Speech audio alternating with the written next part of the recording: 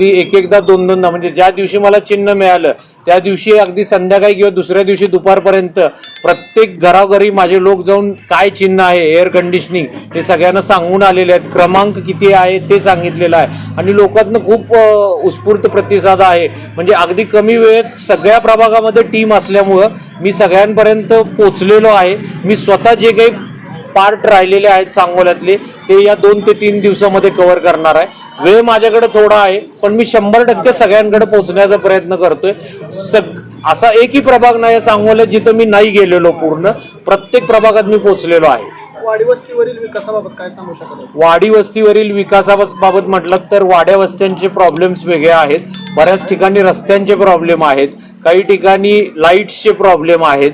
म्हणजे लाईट्स तिथं आलेल्या नाहीत किंवा सोलार बेस आपण लाईटच्या सिस्टीम करून इंडिपेंडंटली असं लाईटिंग त्या भागासाठी आपण करू शकतो. रस्तेचा प्रॉब्लेम इथं आहे. त्यानंतर सांडपाण्याचा काही ठिकाणी प्रॉब्लेम आहे. तर या सगळ्या गोष्टी आपल्याला वाड्या वस्त्यांवर करायच्या आहेत किंवा करू शकतो आपण त्या माध्यमातून. कारण एकाच प्रभागात काही शहरी भाग आहे, काही वाड्या वस्त्यांचे भाग आहेत, पण दोन्हीकडे खूप वेगवेगळ्या पद्धतीचं वातावरण आहे. तर ज्या त्या प्रभागाप्रमाणे ज्या त्या वस्तीप्रमाणे आपल्याला तिथले प्रश्न घ्यायला लागणार आहेत. मी जसं मागही प्रत्येक माझ्या बाईट्स किंवा इंटरव्ह्यूमध्ये म्हटलं की या गोष्टी काही एका दिवसात लगेच होण्यासारख्या नाही आहेत, पण याचा अभ्यास करून त्याच्या कुठल्या ग्राम विकास सडक योजना किंवा अशा विविध योजना सरकारकडे आहेत त्याचा पाठपुरावा करून आपण हळूहळू का होईना पद्धतीनं पूर्ण वाड्या वस्त्यांचा विकास आपण करू शकतो. सांगोला शहरामध्ये 100 ते 200 कोटी रुपये निधी खर्च झाला असं विरोधकाकडून सांगितलं जातं, पण प्रत्यक्षात सेवा सुविधा काय दिसत नाही नागरिकांच्या तक्रार.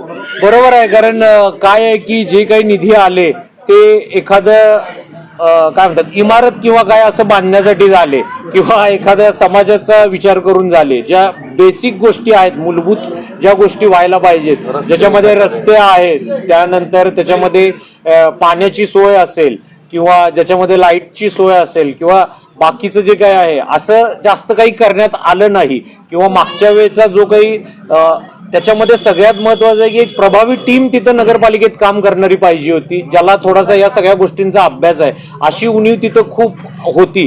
त्यामुळं निधी आला पण तो काही परत पण गेला. म्हणजे त्याच्यावर जर काम नाही झालं किंवा जे काही 2 लोक तिथं काम करत होते पूर्वीचे त्यांच्यात एकमेकात जे काही वैचारिक मतभेद होते, वैचारिक म्हणण्यापेक्षा त्यांनी एकमेकाला पटवूनच घेतलं नाही, त्यामुळे बराचसा नगरपालिकेचा निधी परत सुद्धा गेला.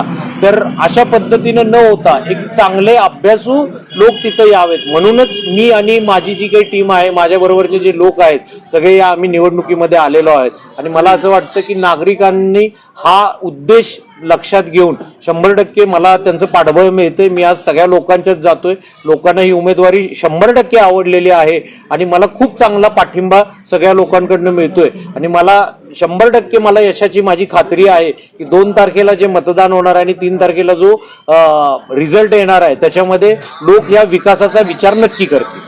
या प्रभागातील नागरिकांना काय आव्हान करतात? या प्रभागातील नागरिकांना मी जसं सुरुवातीलाच म्हटलं की हा माझा स्वतःचा प्रभाग असल्यासारखा आहे. माझं लहानपण बऱ्यापैकी इथं गेलेलं आहे. तर हे लोकांना माहिती आहे. म्हणजे ज्यावेळी आम्हाला झपक्यांना इथं काही काम करायची संधी मिळाली त्यावेळी आम्ही या भागामध्ये येऊन काम केलेलं आहे. माझी वडिलोपार्जित शेती सुद्धा याच भागामध्ये आहे.